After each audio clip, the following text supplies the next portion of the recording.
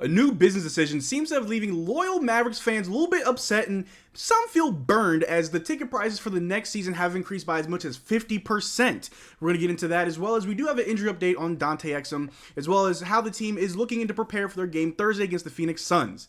How's it going, everybody? My name is Marcel Martin. This is Mavericks Digest, bringing you the latest news and everything Mavericks related. And before we get into today's video, 90.2% of you guys watching these videos are not subscribed. Make sure you subscribe because we're dropping videos back to back. We're dropping like it's hot, and you don't want to miss a single thing that we do here. So make sure you subscribe. But to get into today's first topic of today's video is Cuban burns fans. It was reported back in November that Mark Cuban decided to drop out of the Shark Tank show that he was on for a few years. He dropped out of the show, and then he decided to sell the majority stake of the Mavericks to the Allison family. It was reported here, Mark Cuban drops out of Shark Tank, sells the majority of the Dallas Mavericks for $3.5 billion. It was seen as a money move, as he didn't sell the team outright all the way. He still has a little stake of the team, and he's still going to be involved. He's still going to be around. But it was a money move. He sold the majority of it for $3.5 billion. While still being involved. And if you live in the Dallas area, if you're from Texas, you know that we don't have any casinos. For most people that want to get their gambling fix, they have to go up to Oklahoma to go to Choctaw.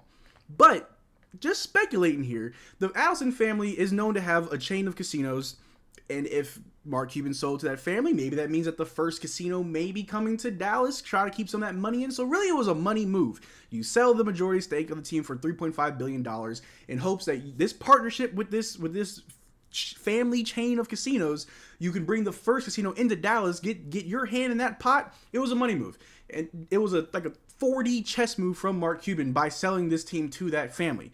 But in recent news and current events, it seems like that family or Mark Cuban, maybe even both of them, have decided to up the prices of next year's tickets, and fans just aren't having it. As a report here on Reddit, as per annual tradition of Mavs screwing over their season ticket holders, the Allison's family increasing Mavs price by as much as 50% for the upcoming 2024-25 season, doing away with loyalty pricing. I went to my account to check prices for the 2024-2025 Mavs season, and I thought it was a typo when I saw prices for my tickets went up by 50%.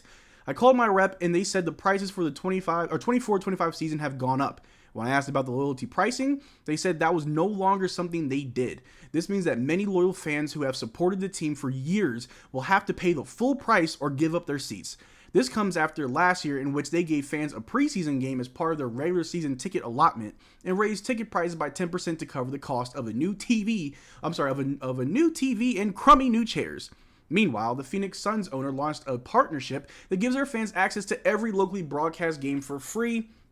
And rightfully so. If you're a season ticket holder, you should be upset. It's 50%. That is a huge increase. And trying to play devil's advocate here, the Dallas Mavericks do look good. And if they continue to look good, if they make a deep playoff run, then yes, you can just, say, hey, the team's doing good. We're a real contender. Yeah, raise the prices. It would be a lot different if we were like a lottery team, bottom of the barrel, just horrible, just the worst team in the West with high ticket prices. Yeah, no one's coming to those games.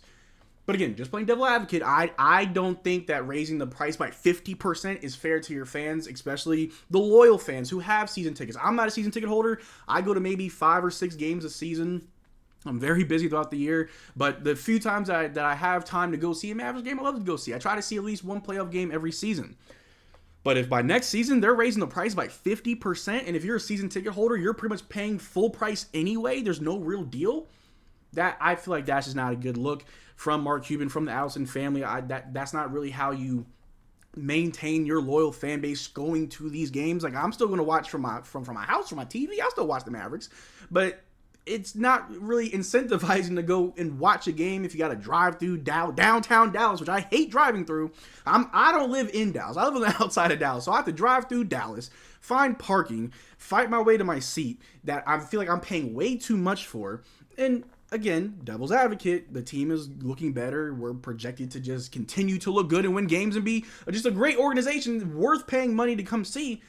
But still, like, if tickets go up to like $350 for like a nosebleed, just projecting. I know those tickets are usually like $50 to like $100, but if they go anywhere like to $150 to $200 for a nosebleed seat, you're not going to see a lot of people show up to these games. There's going to be a lot of empty seats. I don't know if they're going to backtrack this. I don't know if they're going to try to change this a little bit, because right now they're just getting flamed online for raising the prices of tickets by 50%. That is insane. It's not, consumer friendly. The fans obviously aren't happy about this. If any of you guys are season ticket holders, let me know what the price will look like for you. Again, I'm not, but I did take a look. Next season tickets, they do not look good. I usually try to sit in the lower bowl area that are typically 150 to 250, 190 to 250 price range. That's usually where I'm sitting at. But if that goes up to like $400 or $500, I'm not sure how many Mavericks games I'm going to.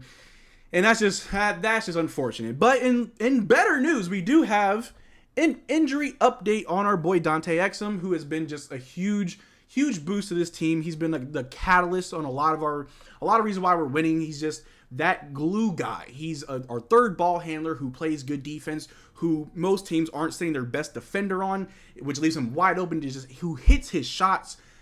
Yes, we're on a 6-game winning streak without him, but to keep that streak going, we definitely want Dante Exum back in the lineup. And we do have somewhat of an update regarding Dante Exum.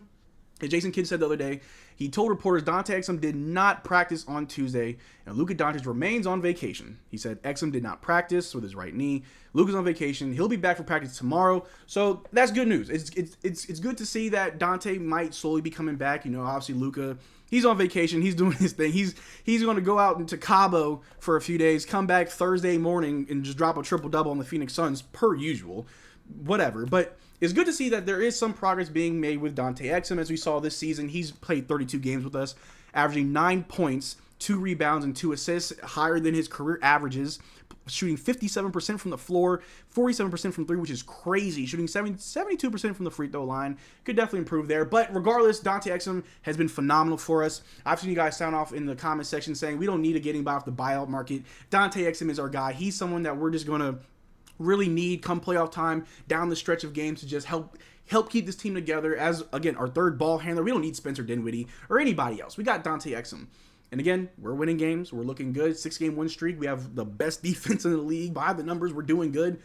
But you want your full team. You want your full roster. You want everybody back. Hopefully, Maxey can still play with his toe issue. Hopefully, Derrick Lively's nasal fracture has greatly healed over the past few weeks. I know he was at All-Star break. He did participate, but hopefully by Thursday, everyone's feeling better. Everyone's coming back feeling great from their little vacation and ready to just resume the season and continue wins. And Dante Exum is definitely going to be a player who's going to be part of that. And we have a little report here from Brad Townsend saying he was surprised the Mavs are practicing today when post-All-Star play doesn't begin until Thursday. But 7 of their next 8 games are against teams at least 5 games over 500. The first 3 are against the 33-22 Phoenix, at 31-25 Indiana, and at the 36-17 Cleveland Cavaliers. So yeah, better practice. So yeah, it's also good to see that not only is Dante Exum going to be back shortly, probably not by Thursday. I would hope by Thursday, but you don't want to rush any injuries. He'll come back when he comes back. He's going to be slowly practicing with the team. But it's good to see that the guys are taking this serious. Obviously, Luka is on vacation, taking some time off, but the rest of the guys are in the lab. They're in the gym. They're working hard. They're preparing for Thursday's game against the Phoenix Suns. It's good to see that they're not taking this lightly and that they're taking it serious and that they want to continue that winning streak. Like I said, the Mavericks, by the numbers, over the last 6 games, have the best defensive rating, 102.5. That's a big jump between first and second, because if you look at the Timberwolves, the Heat, the Suns, and the Celtics, they're all real close by like a couple points. We are a whole almost 3 points ahead of the second place. That's huge. Our defense is phenomenal, and I know Dante Exum maybe isn't the greatest lockdown perimeter defender, but his defense is good though.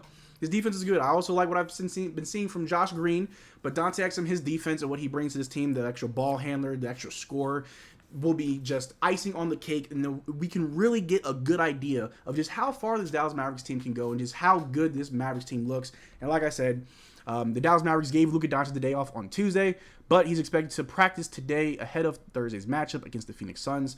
Jason Kidd and Doncic, it's a much needed rest. Yes, when you're averaging like a 35-point triple-double, I understand. I totally get it. Take a day off, take a few days off, rest and recover, come back and just knock it out the park. The rest of the guys are in the lab. They're all in the gym working on their craft, getting ready. building up that cohesiveness and that chemistry, which is very important. Like I reported on this channel before, we got PJ Washington, we got Daniel Gafford. The chemistry, it was going to be much needed, but I do have a good feeling that come Thursday against the Phoenix Suns, we're going to drop like 50 points in the paint. Daniel Gafford's going to go off, Derrick Lively's going to go off. I'm really hoping to see PJ Washington have just a crazy scoring night, because he's known to drop like 16. I think he's averaging like between 14 and 16 points a game. I love to see that, but his defense is also appreciated. I love to see it, but that's all I got for you guys today, guys. Thank you for making this far to the video. Make sure you subscribe so you don't miss a single thing that we're doing here. Check out the link in the description below to our Discord. Jump in there, holla at me. We could talk sports, hoop, Mavericks, anything. I'm very active in our Discord. But until then, y'all take it easy. Peace.